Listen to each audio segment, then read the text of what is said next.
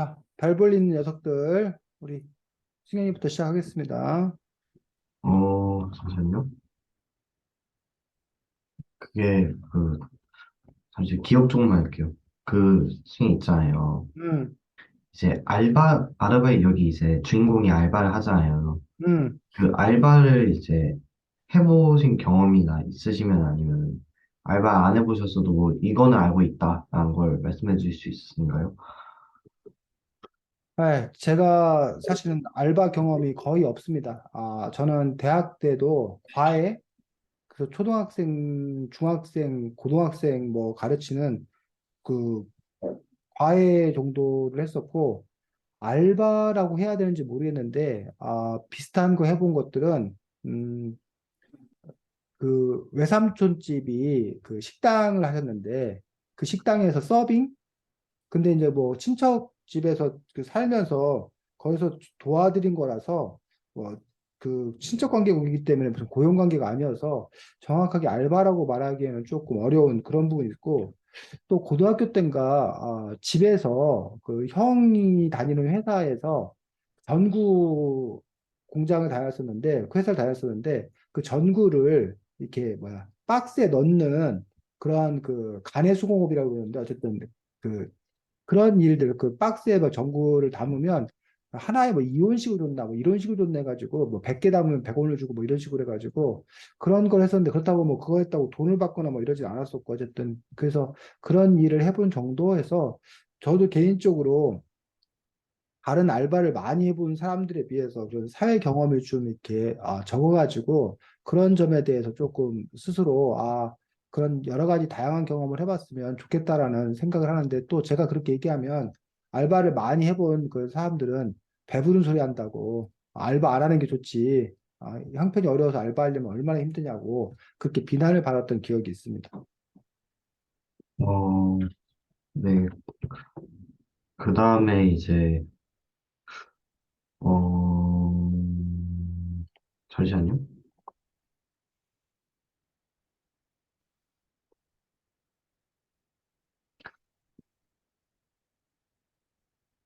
이제 여기서 그, 이제 여기 사장님, 그 강화의 사장님이 이제 예를 들면 약간 참수 바꿔치기 같은 걸로 그냥 조금씩 사기를 치잖아요. 이제 음. 그런데 그런 사기를 본 적이 있거나 아니면 그런 사기를 경험을 해봤다 하는 거 있으시면 말씀해 주실 수 있으신가요? 뭐 특별히 뭐 본 적은 없고, 아마 그럴 가능성이 크겠다. 이 책을 읽으면서, 그럴 가능성이 크겠다라는 생각은 했습니다. 왜냐하면, 뭐라고 해야 되나? 좀 그 비용을 좀 낮추기 위해서, 자기가 더 수익을 벌어들이기 위해서 비용을 낮추기 위해서 그러한 행동을 하는 것들 아닌가라고 생각이 들어서, 어, 뭐 충분히 그럴 수 있겠다라고 생각은 합니다. 그리고 그래서 여기 그 참숯은 얼마 안 쓰는데 참숯을 쓴다고 과장 광고를 한다던가, 특히 이제 뭐 박스 바꿔치기 해가지고 어, 실제로는 그 다른 제품을 쓰면서 B급 제품을 쓰면서 박스만 A급 박스를 쓰는 것처럼 이렇게 전시해 놓고 해서 선전 효과를 누린다던가 이런 식의 일들이 있는 것을 보고서 충분히 있을 법한 일이다라는 생각을 했습니다. 네. 네, 잘 들었습니다. 이제 더 이상 제가 이제 약간 그리고 질문할 게 없습니다. 네, 자, 승현이는 이 별볼륨 녀석들이라는 책을 어떻게 봤어? 뭐 이 책에 대한 뭐 솔직한 평가, 소감 뭐 얘기한다면? 이제 이 책을 이제 제가 그 전에 학원 숙제하고 이제 친구들하고 놀다 보니까 이 책을 오늘 거의 방금 전에 읽고 거의 다 읽고 왔거든요. 그래가지고 이제, 아, 한 번 읽으니까 이제 한 번에 잘 읽히고 되게 이야기에 되게 많이 빠져드는 책이라고 생각합니다. 음, 이 책에서 다루고 있는 문제는 어떤 문제를 다루고 있는 거야? 그 임금? 청소년 노동 문제인 것 같은데요.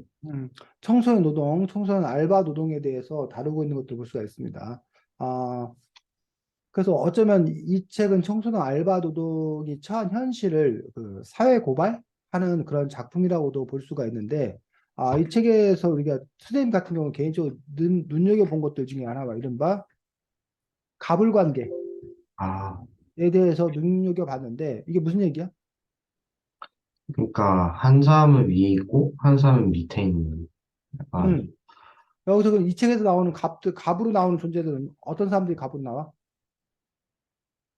강호 사장님 이제 그다음에 이제 저기 주유소 사장님 저기 돼지갈비 사장님 음, 그렇지. 닭발 가게 사장님, 이 대표적인 갑으로 나오는데, 이 닭발 가게 사장님이, 아, 을로 나오는 거는, 강호 강우? 네 강우도 을로 나오지만, 사실은, 이 선생님이 지금 얘기하고 싶은 거는, 이 가게 종업원, 아, 뭐 주방장이라던가, 뭐 이런 종업원들이, 에게 닭발 가게 사장님이, 잔소리하고 횡포를 부리는 얘기가 나온다는 거예요. 자, 그런데, 이 가게 종업원, 특히 주방장으로 나오는 이 분이, 또다시 갑이 돼. 그리고 또 다른 을이 나와. 누구? 영 연금이었나? 어, 연금이 어머, 연금이 엄마. 연금이 엄마는 왜? 연금이 엄마는 어떤 을로 나오는 거야? 설거지 총괄이었나? 음, 이 연금이 엄마는 그 어떤 사람이야? 어떤 인물로 그 캐릭터가 돼 있어? 어떤 인물로 설정돼 있어? 어, 잘 모르겠어요. 연금이 엄마가 왜 그 이 을인 가게 종업원, 즉 주방장들, 주방장이나 가게 종업원들한테 또다시 을로 당하는 거야? 을이 되는 거야? 그 이유가 왜 연금이 엄마를 하필? 맨 처음 나는 제일 늦게 들어와서 늦게 들어와서 단지 아니요. 이 연금이 엄마가 어떤 사람이야?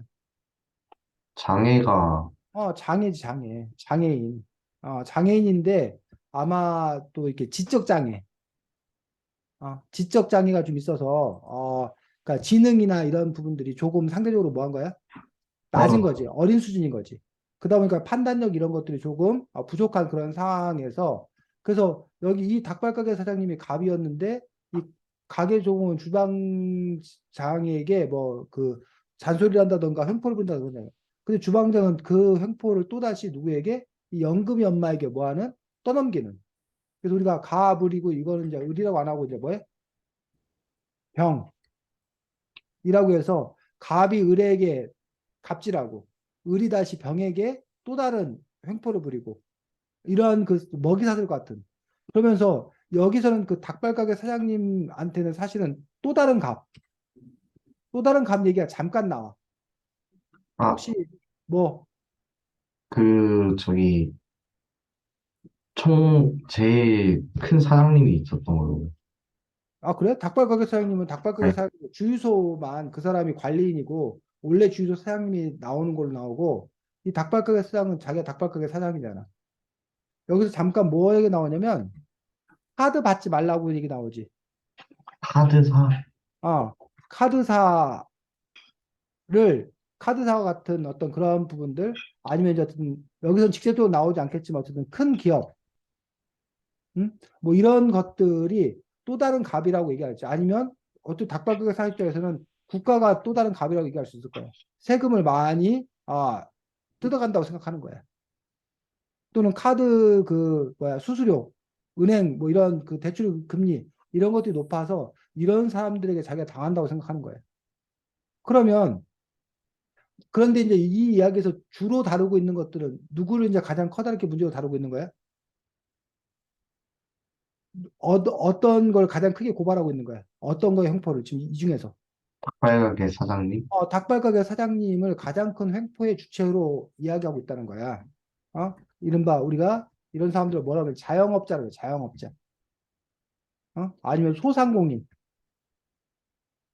이 닭발가게 사장님이 여기서는 지금 되게 자기가 성공했다고 하지만 사실은 그래봤자 동네 가게 그냥 그 사장님 정도에 불과하다는 거지.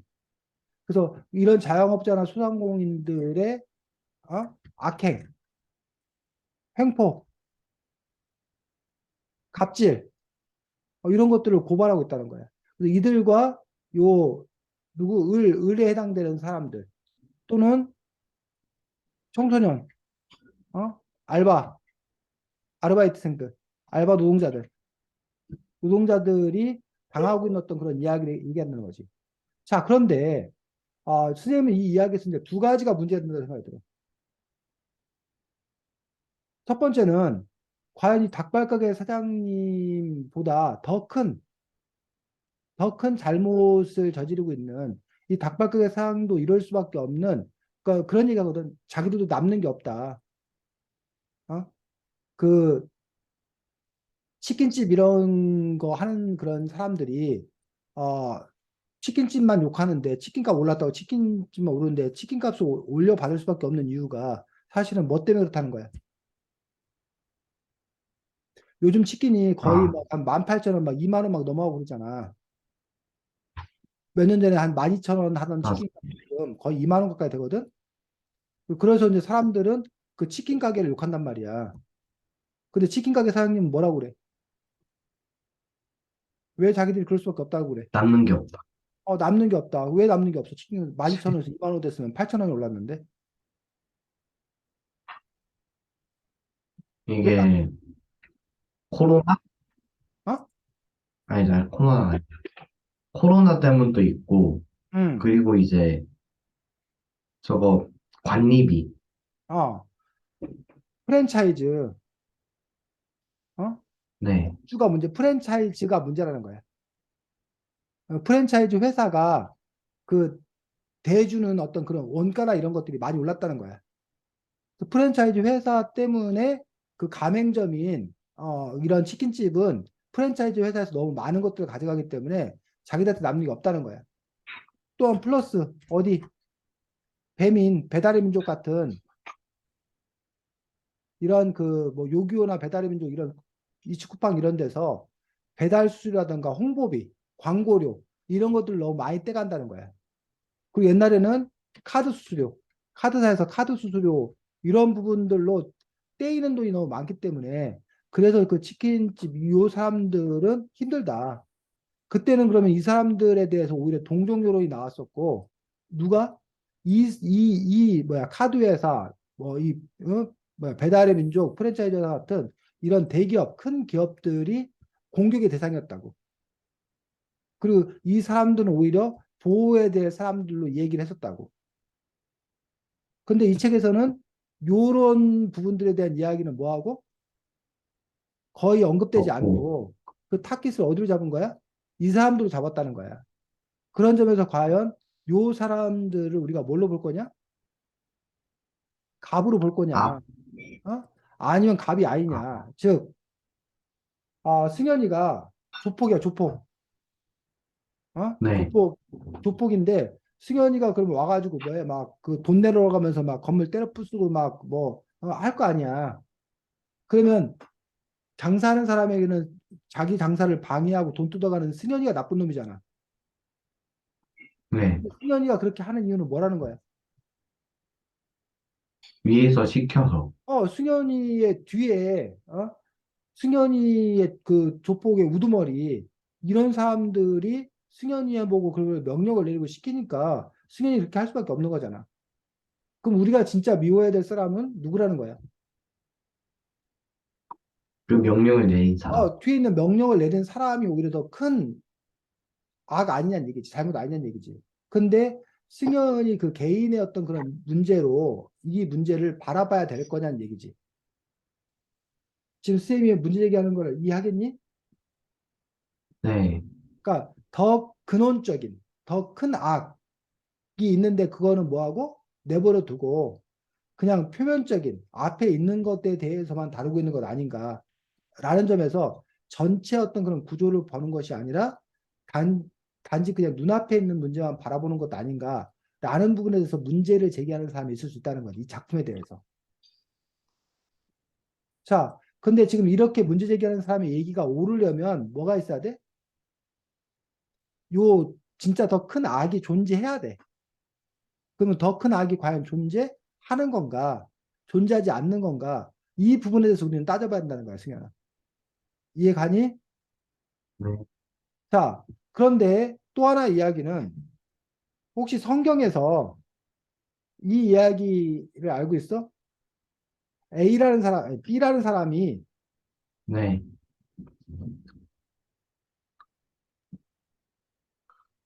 예를 들면 뭐 1억을 빚을 졌어. 네. 그래서 A에게 불려갔어.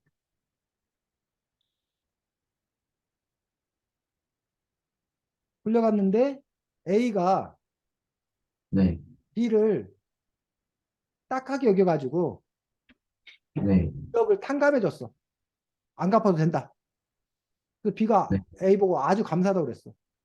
근데 B가 돌아가는 길에 C를 만났어. 네. C를 만나서 C에게 자신이 빌려준 돈 100만 원을 안 갚았다고 C를 몹시 혼내. 몹시 혼내고 화내. 자, B에 대해서 어떻게 생각해? 이런 얘기가 그 성경에 나오는 이야기들 중에 하나거든? 이 B에 대해서 어떻게 생각해? 수현이. 계약 위반을 했으니까, 어, 어, 시를 이제 뭐, 시한테 화를 내도 되는 거죠. 어쨌든 어, 이거는 개, B하고 C와의 계약이니까 그 계약 음. 위반한 거는 C고, 그 B는 이제 계약 위반을, C가 계약 위반했으니까 B는 아무 잘못이 없잖아요.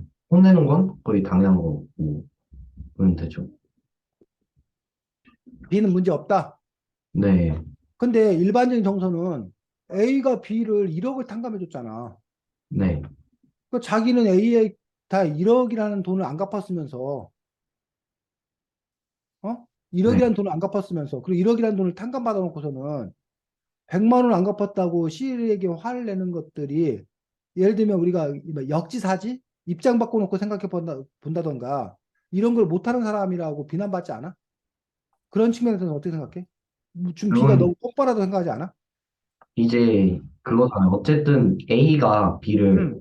딱하게 여긴 거지. B는 딱한 거는 B가 이제 딱한 건지 딱하지 않은 건지는 모르는 거잖아요. 근데 A가 B를 딱하게 여겼을 뿐. 그래서, 알지. B가 이제 자기가 사정을 한 거지. 아, B가 A한테 아유 죄송합니다. 뭐 너무 형편이 어려워가지고요.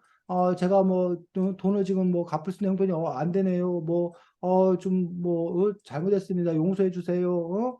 뭐 제가 뭐 어떻게 하겠습니다. 라고 사정을 하니까 A가 B를 딱하게 여겨서 1억을 탕감했다는 얘기야. 네, 근데 B가 돌아가는 게 C를 만나는데 C 역시 뭐야 그런 어려운 처지나 사정을 얘기했는데 C에게 몹시 화내고 당장 돈을 갚으라고 하더란 얘기지.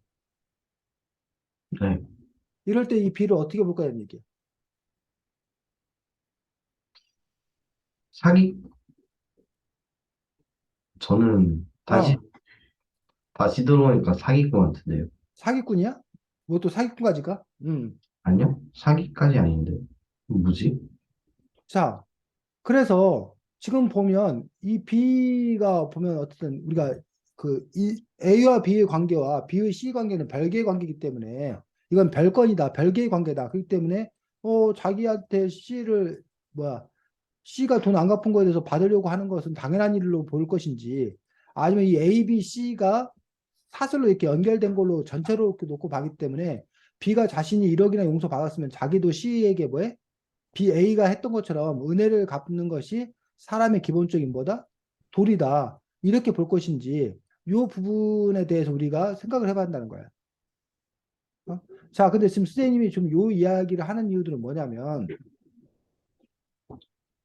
네, 이럴 경우는 이게 B가 어쨌든 인간성에 문제가 있는 거란 얘기야. 마찬가지로 이 닭발가게 사장님, 이 자영업자 소상공인이 나쁜 사람이어서 더 위에 행포가 더 큰 악이 없는데 이 사람 자체가 뭐라는 거야? 악이라는 거야. 악행을 저지른 거야. 이렇게 볼 것인지 요 주방장도 마찬가지지. 이 주방장도 또 다른 뭐면서 자기가 의리면서 자기도 그 가ባት 당하고 싶지 않으면서 자기 역시 또 다른 누구에게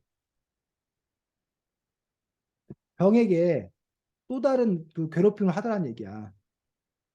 그러면 우리가 따져봐야 될 문제는 한 개인의 문제가 아니라 인간, 사람이라는 존재 자체가 어? 어떤 입장에 서면 네. 이렇게 뭐 할 수밖에 없다? 갑질할 수밖에 없는 건지.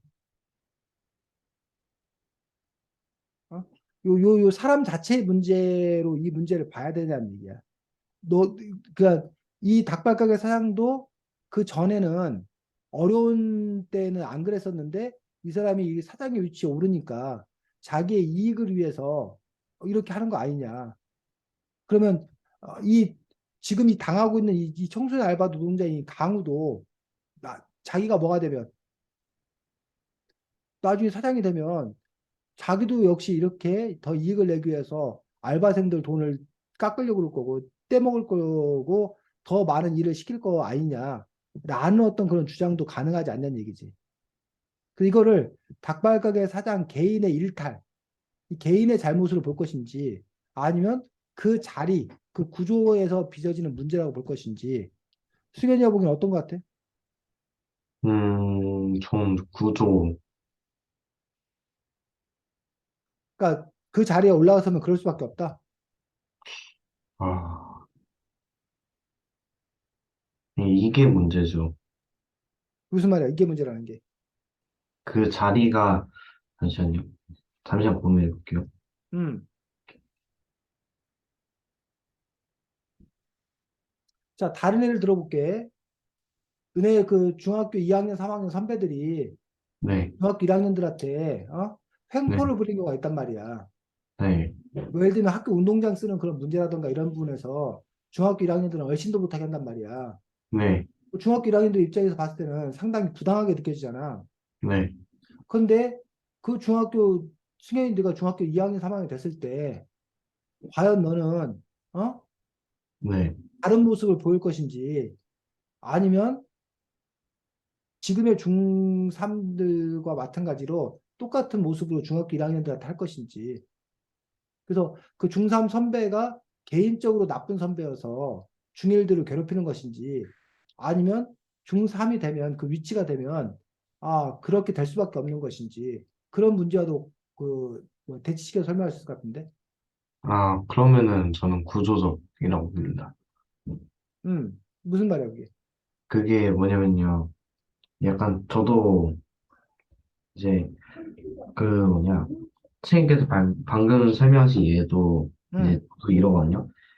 약간 제가 중학생이고, 전 중학교 1학년이고, 이제 만약에 초등학생 보면은, 이제 중학생들만 이제 뭘 할 수가 있어. 만 13세 이상이 돼야만 이제 뭐 어디에 들어갈 수 있어요. 그러면 이제 초등학생들이 앞에서, 야, 이거 들어보내주면 안 돼? 그러면서 이제, 꼬우면 네가 중학생 하던가, 이래가지고. 음, 그래서 이런 경우가 있었기 때문에, 음, 구조적이다. 음. 이라고 한 거죠, 저는. 그러면 구속이라고 그러면 이 문제는 영원히 해결될 수 없는 문제겠네. 이게 갑질을 하거나 이런 문제들은. 네, 거의 그럴 수밖에 없는 거죠, 저는. 제가 생각하기. 그러면 근데 지금 승현이 말에서 굳이 이제 우리가 반론을 하자면 이 책에서 보면 그 모든 사장들이 이렇게 악독한 건 아니잖아. 편의점 그렇죠? 사장이라던가 몇몇 가게 사장님들은 양심적이고 알바생들한테 잘해준다라고 얘기하고 있지 않아? 네. 그럼 그건 뭐, 그 이유는 뭔가 도대체? 그들도 그럼 그렇게 나빠야, 그 자리에 있으면 나빠야 되는데 왜 그들은 그렇지 않은 거야? 그리고 중3들이 모두가 다 중1들에게 괴롭히거나 중1들에게 못되거나 그러지는 않을 거 아니야. 중3 안에서도 뭐 네. 후배들한테 양보하거나 허용해주거나 그런 중삼들도 있는 거 아니야? 그렇죠? 그렇다면 그걸 구조의 문제라고 볼 수는 없는 거 아니야? 그런 반론에 대해서 어떻게 생각해? 음, 근데 그게 문제죠. 약간 이제 되게 도덕적이게 그냥 바르게 응, 살아가는 사람이 많을까? 아니면은 되게 응, 조금씩 조금씩 돈을 훔치는 게 표가 안 나도 조금씩 더 돈을 훔치는 사람이 더 많을까? 그게 응, 이제 문제가 되는 거죠. 얘는 응, 바르게 사는 사람들이 1이라고 치면은 제가 생각하기에는 약간 좀 더 나쁜 방법으로, 좀 더 약간 부당한 방법으로 돈을 버는 사람이 1.5라, 1.5 응, 아니다. 그렇게 생각하기 때문에, 응, 이거는 이제 몇몇 경우가 다른 경우가 있기도 하지만 거의 응, 대부분은 이제 부당한 방법으로 돈을 벌거나 아니면은 이제 3학년 선배들 중에서도 이제 응, 몇몇 분 좋은 분들이 아시는데 이제 또 몇몇 분들은 또 이제 저희 왜 뛰냐 그러고서 이제 점심시간에 막 시끄럽게 하시고 그래서 어차피 똑같구나 비슷비슷 응, 약간 그런 경험도 해봤기 때문에 응. 그래서 이제 아마도 전 좀 더 나쁜 사람이 많다라고 아, 생각하죠. 그래서 구조적인 요인이 더 클 거다. 네, 그리고 개인적인 뭐 이렇게 선행을 베푸고 이런 것들은 그 오히려 소수, 예외적인 그런 경우일 거다라고 승현이는 사회인식을 이렇게 갖고 있다는 거지. 저 그런 생각을 하고 있죠. 제 음, 생각은. 그래, 그래. 자, 이 이야기는 누구의 관점에서 이야기를 풀어가고 있어? 그, 강후의 관점에서, 아, 강우의 관점에서 이야기를 풀어가고 있는데, 이 이야기에서 가장 긍정적인 인물로 묘사되고 있는 사람은 누구야, 혹시? 가장 이 작가가 바람직한 인물, 긍정적인 인물로 표현하고 있는 사람은? 저기, 사각턱, 아, 어, 그렇지. 누구? 편의점에서 일하는 이름이 뭐야? 은님이야? 네. 그 은님이에 대한 생각이 어떻게 바뀌어? 처음에는 어땠는데 나중에 어떻게 바뀌는 거야? 처음에는 이제 약간, 거의 한 단어 표현하자면, 꼰대였는데, 이제 나중에 되니까, 다른 사람이 된 거죠. 되게 존경할 만한 인물. 어. 그래서 처음에는 이 강우라는 애가 몇 가지 뭐야 그 상당히 그 노골적인 그런 인식을 보여주는데 얘 대표적으로 자기는 인문계 다니고 네. 은님이 누나는 어디 다닌 거야? 그, 여기는 이제 실업고라고 이었고, 표현했는데 요즘은 이제 실업고라고 안 하고 보통 이제 특성화고라고 하지 특성화고 네. 알아? 알죠. 특성화고 다녀서 이런 서열의식 차별의식을 갖잖아. 네. 그래서 좀 그 낮게 보는 어떤 그런 부분들. 그래서 이런 그 알바하는 것들도 사실은 뭐야 알바는 실업고 학생이나 좀 덜 떨어진 애들이나 하는 거라고 여기는 어떤 그런 부분들에 대해서 그리고 또 이제 자기 자신이 예전에 뭐 그 아파트 평수로도 좀 더 넓은 평수 같다고 해서 그 더 작은 평수 사는 사람들을 깔보는 이 강우라는 아이 자체도 그러한 그 계급적인 어떤 그런 인식들을 갖고 있는 것들을 볼 수 있잖아. 그렇죠. 또 외모에 대해서도 강우가 어떤 인식을 갖고 있었어? 그, 음, 그렇게 좋지는 않았던, 은님이 누나가 뭐야 사각턱으로 못생겼다고 생각하잖아. 네. 못생겨서 상대 안 하려고 그러잖아. 그에 비해서 얘가 좋아하는 애는 어, 잘 모르겠어요. 얘가 그 뭐야 주유소 일하는 애 좋아하잖아. 네, 그 이유들도 역시 뭐야 예쁘다는 어떤 그런 부분으로 좋아하는 어떤 그런 부분들 갖고 있잖아. 그렇죠. 또 이 책에서 보면은 여자를 깔보는 듯한 어떤 그런 부분들, 어? 아, 그 뭐야 두림이 이름이 쓰면 또 기억이 안 나. 또 다른 그 숫돌이 아니다 숫돌이 아니야 뭐지? 철판? 판돌이 그래서 판 네, 그 닦는 아이 같은 경우도 병원장 아들이라고 그러니까 좀 뭐 했다가 높게 봤다가, 높게 봤다가 나중에 보니까 뭐 구두병원 뭐 하니까는 생각이 바뀌는 것들 이런 부분들을 통해서 이 아이가 갖고 있는 어떤 그런 인식이 우리가 보통 교과서에서 선생님들이 평등하게 생각해라, 외모 가지고 차별하지 말아라, 어? 뭐 이런 학교나 성적 이런 거 갖고 뭐 하지 말아라, 라고 우리가 말로는 뭐 하지만 차별하지 말아라, 뭐 이렇게 얘기하지만 네. 사실은 그 속내 안에서는 그런 그 차별적 의식이라든가 이런 것들을 이 아이는 아주 이렇게 뭐야 노골적으로 드러낸다고 노골적인 것까지 아니지만 드러내는 어떤 그런 모습들을 갖고 있는 거잖아. 네. 이런 아이의 인식에 대해서 어떻게 생각해, 승현이가? 보면 이런 그 강우라는 그런 캐릭터가 현실적이라고 생각이 들어? 아니면 뭐 너 주변 아니면 너 주변에는 이런 인식을 갖고 있는 애가 있어? 아니면 이렇지 않아? 아니면 너 자신은 어때? 저는 굳이 그렇게 막 사람을 뭐 평가하거나 그러길 되게 꺼려했어요. 응, 어차피 인간은 다 고귀하고 존엄한 이제 인간의 존엄성이라는 걸 배웠으니까 뭐 응, 그렇게 깔거나 그러지 않고 응, 친구들 중에서는 뭐 딱히 없는 것 같아요. 응, 그러니까 막 이제 여기 친구들이 이제 다 착해가지고 응, 그 약간 저희 반이 제일 착한 것도 있긴 한데 응, 약간 저희 반이 이제 솔직히 이제 그 하나 TMI로 말하자면은 1학년 전체 중에 10반이 있단 말이에요. 그 중에서 응, 1반이 제일 착해요. 그게 제가 응, 1반이라서 아 내가 착한 반에 들어왔구나. 그래서 이제 좀 애들이 착해서 그럴 수도 있고 응, 그런 거죠. 그리고 응. 주변에는 없는 것 같아요. 음. 그러면 오히려 너가 봤을 때 이 책에 그려진 어떤 그런 현실은 너 입장에서 상당히 비현실적인 얘기겠네. 먼 나라 이야기. 근데 그렇지는 않아요. 왜냐면 이제 어. 몇몇 경우를 봤기 때문에 예를 들면 음. 외국에 나가 있었을 때 그때 음. 인종차별 한번 경험해 봤고 음. 그걸로 인해서 저는 이제 이거 뭐 이런 경우 오히려 그런 경우가 오히려 와닿을 수도 있다 음. 생각을 하는 거죠. 음. 어쨌든 요 이야기에 뭐 실업계 아이들의 이야기라던가 가난 때문에 이렇게 뭐 알바를 해야 되는 어떤 그런 상황은 아닌 거잖아, 사실 승현이가. 네, 그런 승현 입장에서 이런 이야기를 읽으면 어때? 이런 사람들의 이야기를 읽으면? 오히려 근데 저도 약간 이제 자금난이 오면 저는 이제 음. 지금 거의 제 모든 돈을 다 주식에다 넣어놨기 때문에 어.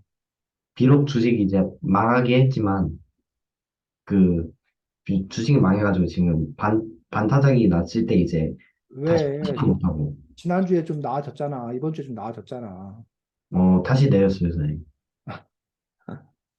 그래서 그래가지고 이제 만약에 지금 계좌에 1원이 남아있는데 그 음. 1원선이 붕괴가 된다면 이제 오늘 어머니와 아버지께서 이제 특별 자금 조달을 해주셨기 때문에 아 이제 뭐 경제협조 그거 해주셨기 때문에 약간 약간 좀 여윳돈이 생기면 2만 원 정도 이제 그거를 에버랜드 가는데 쓰고 내일 에버랜드를 가기 때문에 그때 에버랜드 가는데 쓰면요 아마 계좌에 1원이 남을 겁니다. 정확하게 정직하게 1이라고 찍혀져 있을 거예요. 어디 음. 쓰지 못하고 이자도 못 받는 예. 그런 게 나올 게 뻔해서 음. 나중에 자금난이 오면은 음. 알바를 자칫 잘못하면 할 수도 있겠다 음. 생각합니다. 음. 자, 그래서 이 책에서는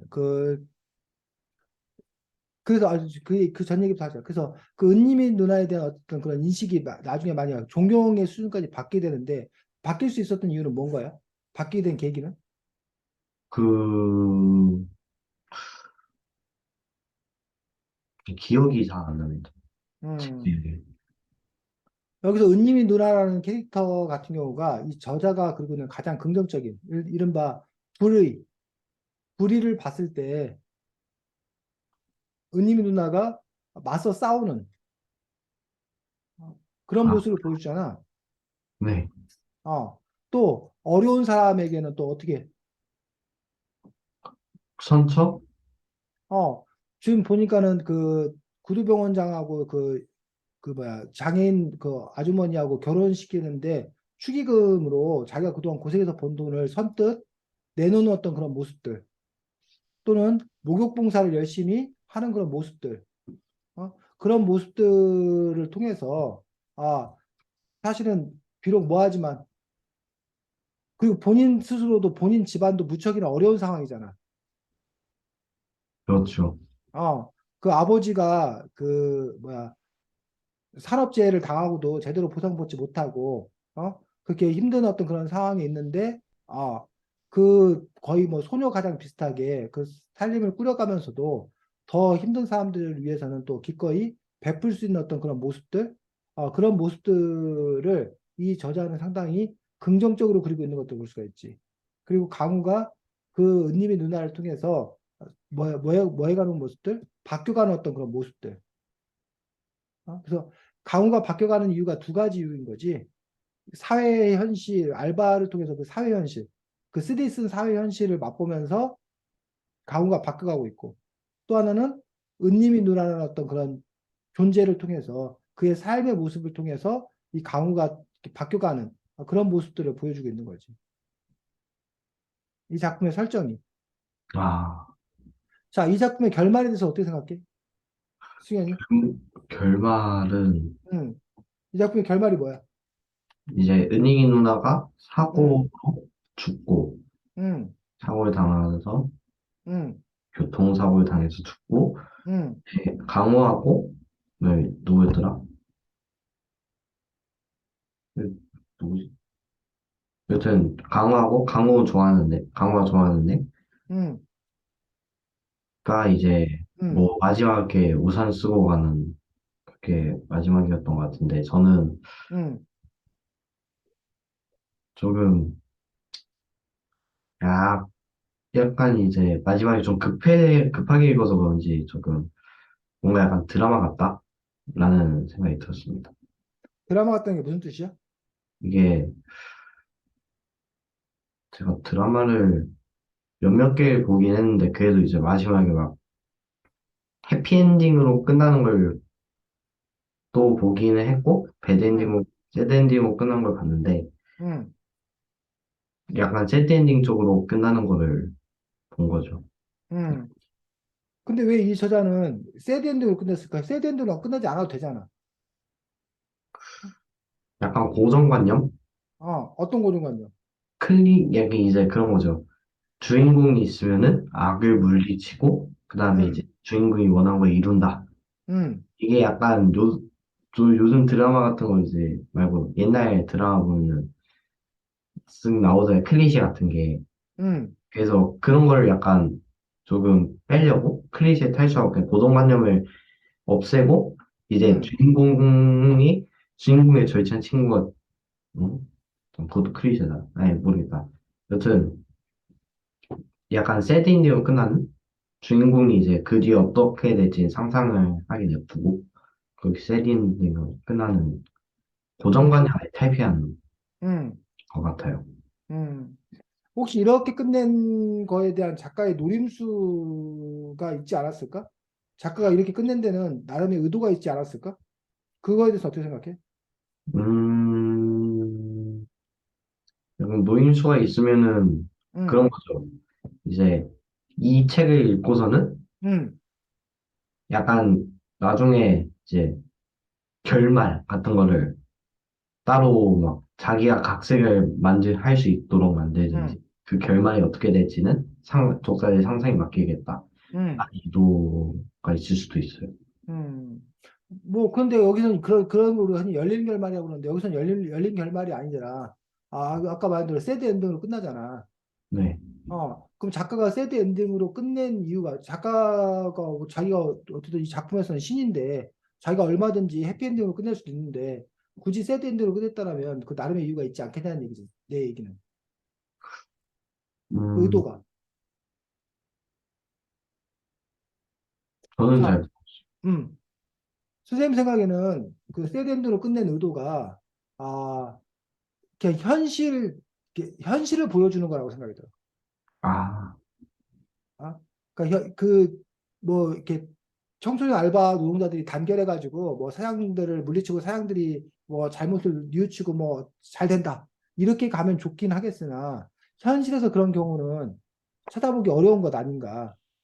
그리고 현실적으로 이렇게 내몰리면 결국 할 수 있는 건 뭐밖에 없었던 거야. 그, 배달 알바밖에 없었고 그 배달 알바에 내몰리다 보니까 결국은 또 배달 노동자들이 실제로 교통사고를 당하는 경우가 상당히 많다라는 거야. 아, 그런 그 현실들을 그 이야기 끝 결말을 통해서까지 어?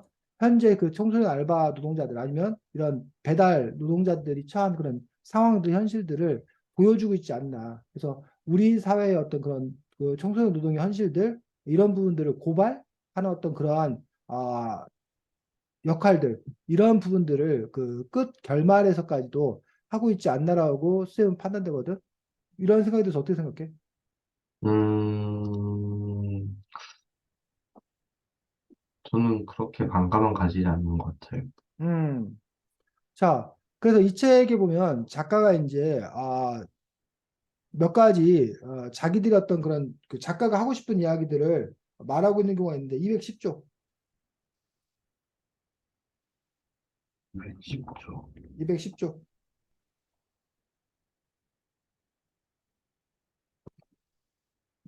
자, 거기 읽어보겠습니다. 첫 줄부터 두보미가부터.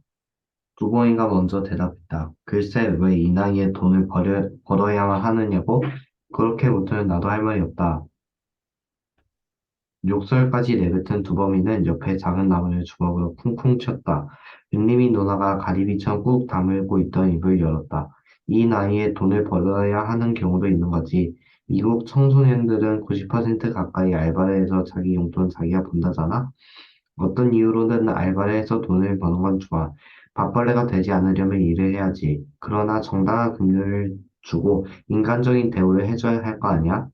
거기 부분. 그래서 이 저자의 어떤 그런 생각들 중에서 어떤 이유로든 알바를 해서 돈을 버는 건 좋아라고 얘기하고 있고, 그래서 그 전에 앞에서 왜 이 나이에 돈을 벌어야 하느냐고 라는 분에서 너가 안 입고 더러우면 알바하지 말던가. 왜 네가 알바를 해갖고 이 난리를 겪는 거야? 라는 부분에서 너가 그렇게 알바를 할 수밖에 없는 네 부모를 탓해. 네 운명을 탓해. 네 가난을 탓해. 라고 얘기하는 사람이 있단 말이야. 네가 왜 그런 가정에 태어나서 이런 걸 당하니? 네 운명이 그거밖에 안 되는 거 어떻게 했냐? 네 운명을 탓하라고 얘기한다는 거야. 근데 그거에 대해서 이 은님이 누나는 작가는 다른 시각을 얘기하는 거지. 어? 그런 운명이 문제가 아니라 어떤 이유로든 알바를 해서 돈을 버는 거 그 자체는 문제가 없다. 그 자체는 좋은 거다. 어? 근데 문제는 뭐? 정당한 급료를 주고 인간적인 대우를 해줘야 되는데 정당한 급료를 주지 않고 인간적인 대우를 해주지 않는 그 사장들이 문제인 거지. 청소년들이 알바하는 것 자체가 문제는 아니다라는 식의 인식을 갖고 있다는 거지. 자, 선생님이 지금 이 점에 주목하는 것들이 최근 우리나라의 가장 마음 아픈 일들이 뭐야? 이태원? 이태원 참사에 대해서 일부 사람들이 뭐라고 손가락질 하냐면 거기 왜 갔냐고 그래. 어? 거기 간 애들이 뭐라는 거야? 가- 잘못이라는 거야. 어? 그 할로윈 그거 무슨 우리나라 고위공들도 아니고 다른 나라 뭐 저기고 그거 걔들 뭐 술 먹고 놀러 간 거 아니냐? 거기 그런 데를 도대체 왜 가냐? 그리고 그 애 자식이 그런 데 간다는 거를 안 말리고 뭐 했냐 그 부모가. 어? 그러면서 그 사람들 자체를 뭐 하다는 거야? 비난하는 거야. 어? 야, 알바 그렇게 어렵고 치다고 들어올 거 알면서 너 왜 알바를 하냐? 그왜 자식들 이렇게 알바를 시키냐? 부모가 돼가지고 그 자식들 알바를 시키고 부모가 문제 아니냐? 라는 식의 어떤 그런 얘기와 같은 얘기일 거란 얘기지. 자, 그거에 대해서 은님이 누나는 뭐라고 말할까? 이 작가는 뭐라고 말할까? 이 이태원 이야기로 바꾼다면. 가는 거는 응, 이제 문제가 아니다. 어쨌든 응, 자신 뭐 가는 거예요, 자유고. 응, 근데 그 자유를 갖다가 뭐란 거는 정당하지 않다. 하지만 응, 근데 응, 이제 문제는 그런 참사가 일어날 대비를 할 수 응. 있다. 그거죠. 그렇지. 지금 말한 대로, 아니, 우리 사람이면 누구나 자기가 가고 싶은 데 가고, 놀고 싶을 때 놀고, 그럴 권리가 있다는 거야. 그 자체는 문제가 아니라는 거야. 근데 그 사람들이 그곳에서 뭐하게? 안전하게 놀 수 있는 그런 환경을 만들어줘야 되는데, 그걸 안전하게 놀 수 있는 어떤 그런 환경을 만들어주지 못하고 그걸 생명을 지켜주지 못한 그러한 뭐야 정부의 잘못이다. 라는 어떤 그런 항변을 하지 않을까. 그리고 실제로 그렇게 얘기하는 사람들이 지금 반발하고 있는 거고. 어떻게 생각해, 승현이는? 이런 견해들에 대해서. 저는 맞다고 봅니다. 응? 뭐가 맞다는 거야? 그, 이제, 정부가 응, 미리 대비를 했어야 한다는 것에 응. 맞다고 봅니다.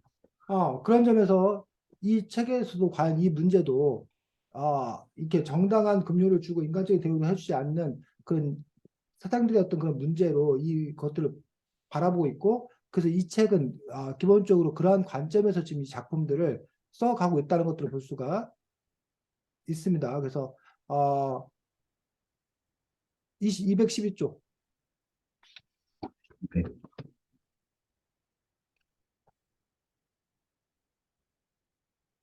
네. 보면 여섯째 줄 흠흠부터 읽어보겠습니다. 음, 암튼 부자는 점점 더 부자가 되고 강모가 혼잣말로 중얼거렸다. 그 말을 듣고 은림이 누나가 다시 입을 열었다. 다소 무거운 목소리였다. 침울하게 가라앉아 있었다. 양심적으로 벌어서 부자가 되면 뭐라 그래? 그건 박수쳐 줄 일이지. 근데 그렇지 못한 방법으로 부자가 된 인간들이 너무나 많으니까 문제이지. 그래서 이제 이 부분에서 부자 자체가 문제가 아니라 이른바 그래. 양심을 속이고 부자가 된 인간들이 문제다라는 부분에서 부자들도 이른바 도덕성들을 갖고 부자가 돼야 된다라고 이제 이 책에 저자는 주장을 하고 있는 것들을 볼 수가 있다는 거지. 근데 과연 우리 사회 자체 내에서 아까 이익을 추구할 수밖에 없고 그런 부분들에서 이렇게 도덕적인 어떤 그런 방법으로 과연 뭐가 될 수 있나? 부자가 될 수 있나? 라는 부분들.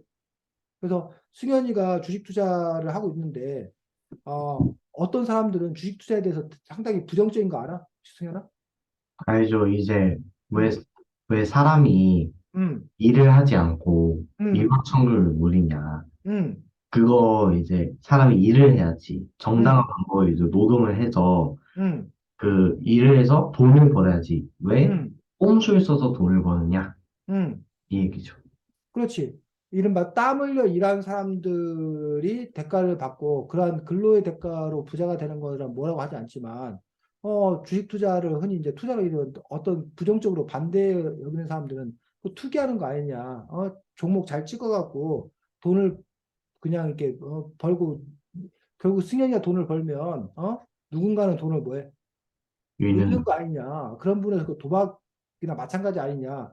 라는 식으로, 물론 이제 주식 투자하는 사람들은 그렇지 않다라고 이제 당연히 반론을 제기하겠지만, 그런 그 시각들. 그렇기 때문에 주식을 통해서 부자가 되는 것들에 대해서 이른바 안 좋은 눈으로 바라보지 않겠냐라는 얘기지. 그 부분들에 대해서 승현이 어떻게 생각해? 주식을 투자하는 사람 입장에서는 뭐라고 항변을 할 거고, 뭐라고 반박할 거야?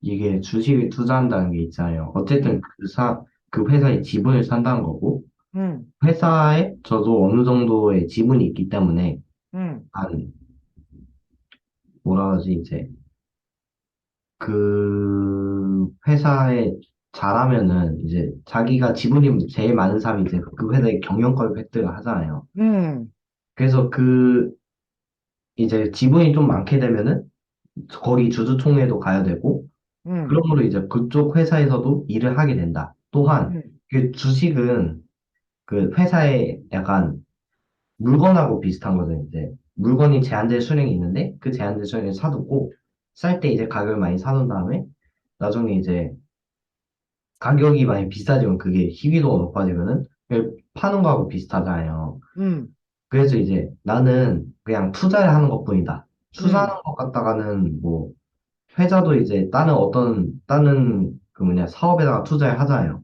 그거 응, 똑같다. 근데 왜 응, 회사는 리파 안 하냐? 응. 그게 문제예요. 그걸로 음, 전 반박을 할 거죠. 그렇지. 자, 240조 잠깐 보겠습니다.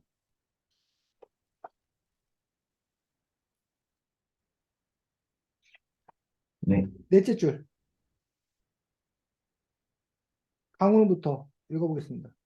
어른들과 맞아. 마찬가지로, 네. 음, 강우는 고딩 알바생들 좋지 않게 보았었다. 그저 그렇고 그런 찌질이들이라고 여겼었다. 그러나 그게 아니었다. 힘겹고 고달픈 상황 속에서도 그들은 자신의 꿈을 위해 하루하루를 꿋꿋이 견뎌내고 있었다. 주변에 그런 멋진 친구들이 있다는 사실이 강우는 매우 자랑스러웠다. 그래서 요 부분은 강우의 어떤 그런 생각이기도 하지만 사실은 작가의 생각, 힘겹고 고달픈 상황 속에서도 자신의 꿈을 위해 하루하루 꿋꿋이 견뎌내고 있고 그런 사람들이 멋진 사람들이다라는 청소년 알바 노동자에 대한 어떤 그런 생각들, 찌질한 어떤 그런 부분들이 아니다라고 얘기를 하고 있는 거지.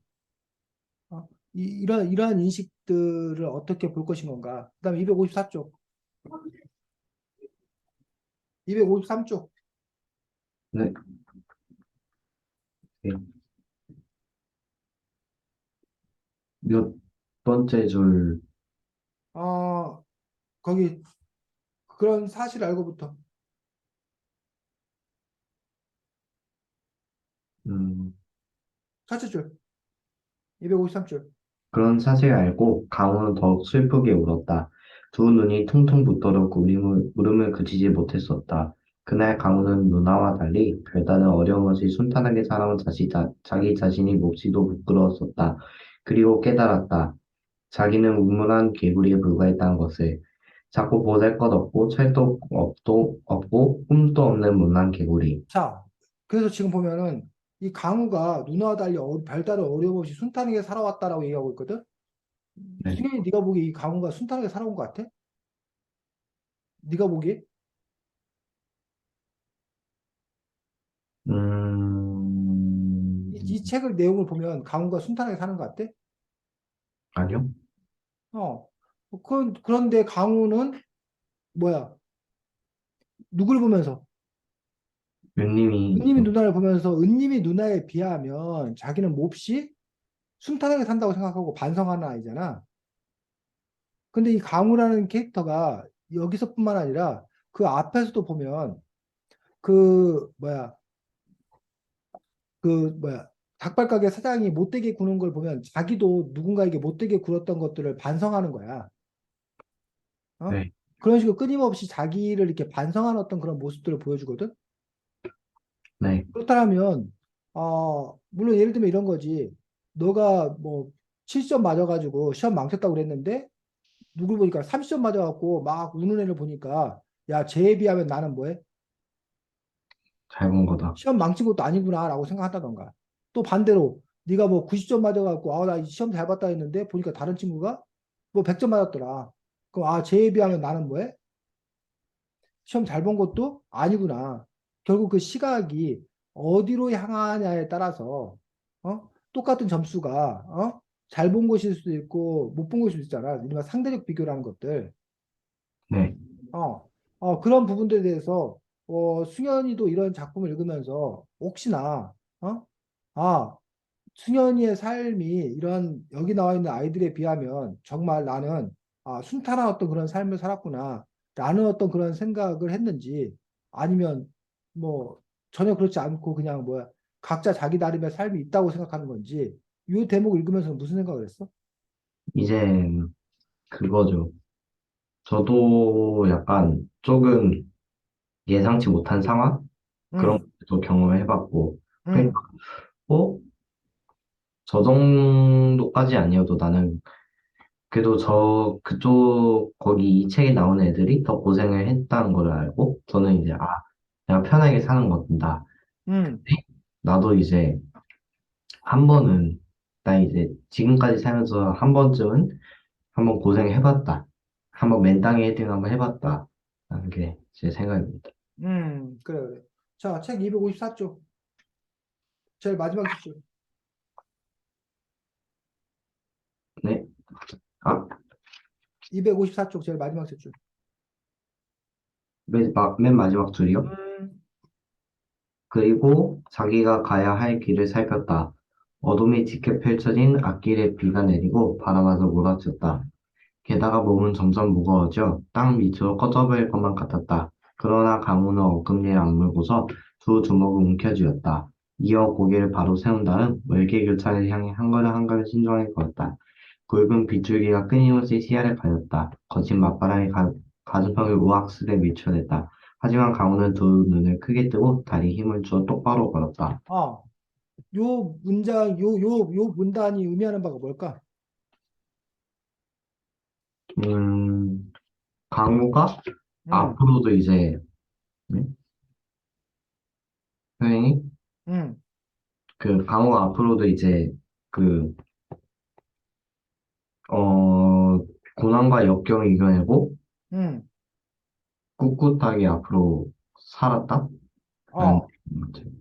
그렇지. 그래서 여기는 두 가지 의미가 지금 승현이가 말한 대로 이 안에 숨어져 있는 이것들이 상징하는 바는 바로 앞으로의 어떤 그 고난, 닥칠 어려움이 있다 하더라도 자기가 맞서겠다, 맞서고 자기의 할 바를 충분히 하면서 살겠다는 어떤 그런 의지의 표현일 수도 있고 또 하나는 그냥 그날 밤의 날씨가 그런 거야. 그날 밤의 상황이 그런 거야. 근데 어쨌든 저자는 그날 밤의 그 상황을 통해서 그날 밤 그 뭐 바람이 몰아치고 힘들고 하지만 내가 내 갈 길을 가야 하는 것처럼 우리 근데 또 하나는 상징적으로 그 인생의 길이라는 부분들에서 어려움을 뚫고 나가겠다는 어떤 굳건한 의지 이런 것들을 또 이렇게 보여주고 있는 그런 문장. 그래서 여러분들이 이런 문장들 읽을 때 바로 이게 이중적인 의미들을 함께 또 이해하면서 읽는 것들도 필요하다고 생각합니다.